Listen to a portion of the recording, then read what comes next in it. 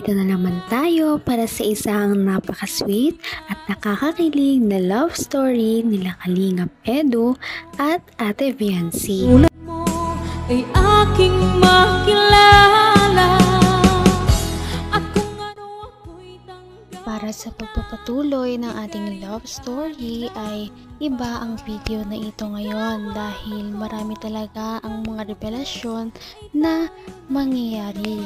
Dahil medyo seryoso ang pag-uusap ni Kalingap Edu at Ate Viancy ngayon. Kung dati ay palagi silang nag-uusap ng laging may tawanan at laging nagbibiruan, ngayon ay parang seryoso na talaga ang mga pangyayari. Paano ba naman si Kalingap Edu ay nag-aalala? Sabi niya kung may iba daw talagang nagugustuhan si Ate Viancy at dumating ang point na ganon, okay lang daw sa kanya at magpaparaya siya sa kanilang love team. Ngunit ano nga kaya ang tunay na nararamdaman ni Ate Viancy?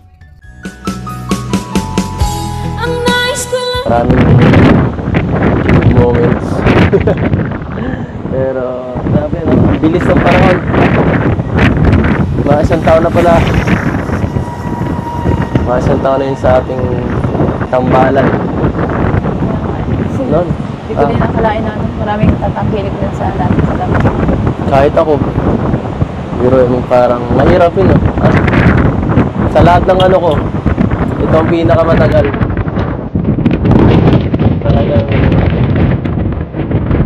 Talagang ano, kilala mo na ako. Kaya yung buko. Dahil lang buko, dapat tali yan.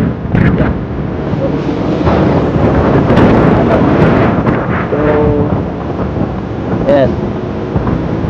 Ito tatanungin lang kita. Sa lahat ng natambal sa akin, kanino, ay, kilala mo ba sila lahat? Tatlo lang? No. Sige nga. Hindi na sinata sila. Sina. Tapos yan, Erika. Wala pa? Baka meron pa. Ako ba yung gusto lang? Meron lang. Grabe. Stalker ka talaga. Yan. Wala ka ba pinagsilosan?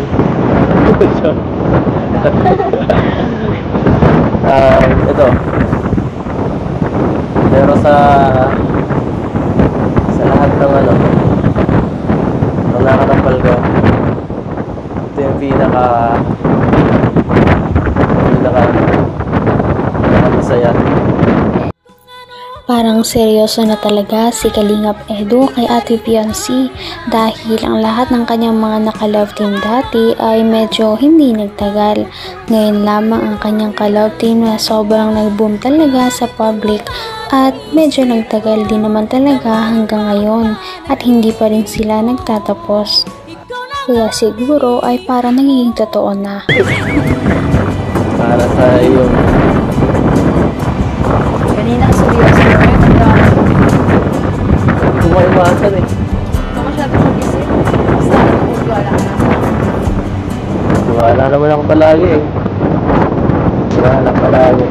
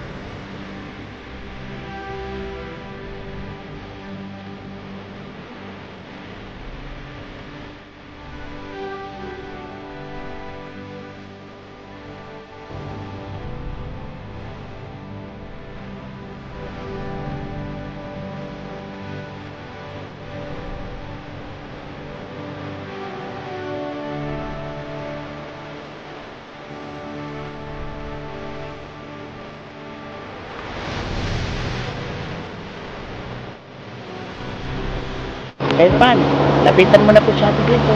Ano mo sasabihin ko doon? Bahala ka na, galingan mo. Naiya ako eh. Kaya mo yan. Kulang pa ako sa lakas ng loob. Kaya mo yan. Sige na. Sige, lapitan mo. Inassure naman ni Ate Viancy si Kalingap Edu. Sabi niya na magtiwala lamang daw siya sa kanya at siguro ang naramdaman din naman ni Ate Viancy ay pareho lamang din kay Kalingap Edu dahil totoo naman daw ang lahat ng kanyang pinakita simula ng day 1 ng kanilang pagiging mag-love team kaya hindi siya dapat mag-alala. Ayan. Maano na kayo insan?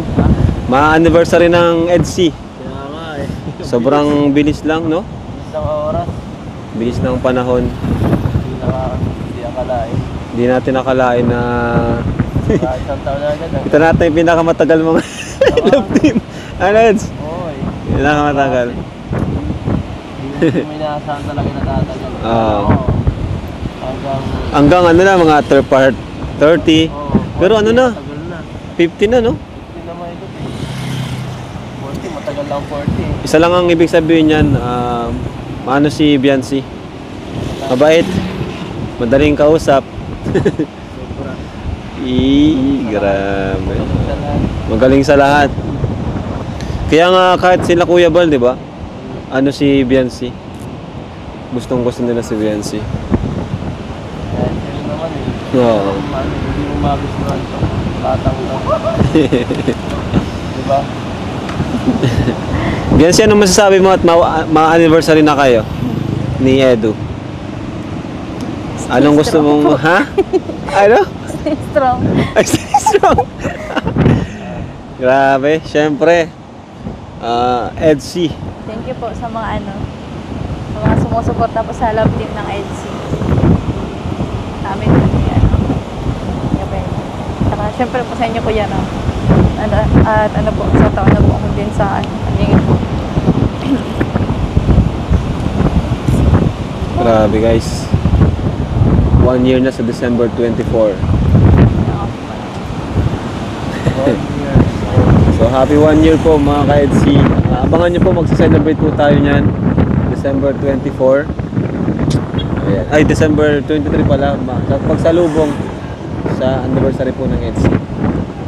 December 23 po kami. Kakaiba talaga ang love team ng EDC dahil ito ang isa sa pinakamahahabang love team na nangyayari sa Kalingap. Dahil ang ibang ka-love team ni Kalingap Edu dati ay hindi talaga nagtatagal. Ngayon ay sobrang tagal na nila at umaabot na sila ngayon sa part 50 to part 60. Kaya naman marami talaga ang nagmamahal sa kanila dahil hindi talaga natatapos ang kanilang mga chemistry. So since na yung pinakamatagal kong nakasama, si Buddy sunod. Yan. Pero yun po, nanatiling ano pa rin, tuloy-tuloy pa rin.